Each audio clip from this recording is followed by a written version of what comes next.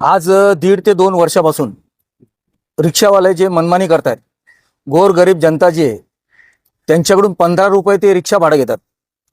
कायद्यात ते 15 रुपये घेणं चुकीचं आहे.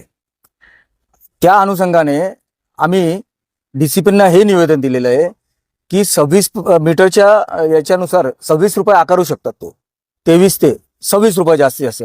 चला ठीक आहे, सीएनजी वाढली, 2 रुपये एक्स्ट्रा केले, 26 चे 28 केले, किंवा अजून काय झालं 2 रुपये एक्स्ट्रा झाले. चला ते 10 रुपये प्रमाणे शेअरिंग रिक्षा 30 रुपये आकारू शकतं. हे 45-40 रुपये प्रमाणे घेतात. म्हणजे 5-5 रुपये हे त्यांच्या मनमानी कायद्याच्या बाहेर जाऊन हे रिक्षा भाडं घेतात.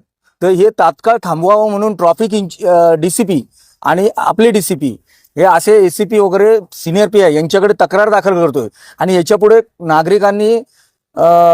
नागरिकांनी 10 रुपये देण्यात यावे. आणि जर कोणी रिक्षावाला मुजोरी करत 15 रुपये मागत असेल तर तात्काळ त्यांनी कंट्रोल नंबरवर कॉल करून त्याची कायदेशीर त्याच्यावर कारवाई होईल, त्याच्यावर गुन्हा दाखल होईल. म्हणून आजपासून भिवंडीच्या जनतेने 10 रुपये प्रमाणे शीट भाडं देण्यात यावं ही आमची मागणी आहे. याच्यात गोरगरीब लोकांचं खूप नुकसान होत आहे आणि ही लूट थांबवली पाहिजे. आमचं रिक्षावाल्यांवरती आक्रोश नाहीये, पण रिक्षावाल्यांच्या सुद्धा आम्ही तरतुदी काही मांडलेल्या आहेत की जेणेकरून त्यांनाही त्या गोष्टी सेफ राहतील. उदाहरणार्थ काही सीएनजी पंपवाले जे आहेत ना, जे स्क्रॅपच्या रिक्षा आहेत, ज्या बोगस नंबर प्लेटच्या आहेत, त्यांना 10 रुपये 20 रुपये जास्त घेऊन त्यांना ते सीएनजी भरून देतात. त्या भरून न देता त्या सीएनजी पंपावरती सुद्धा आम्ही कारवाई करणार.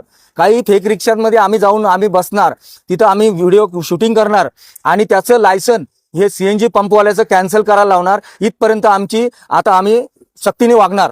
बस झालं. हे कायदा सुव्यवस्था बिघडवणाऱ्या लोकांना आम्ही धारेवर धरणार.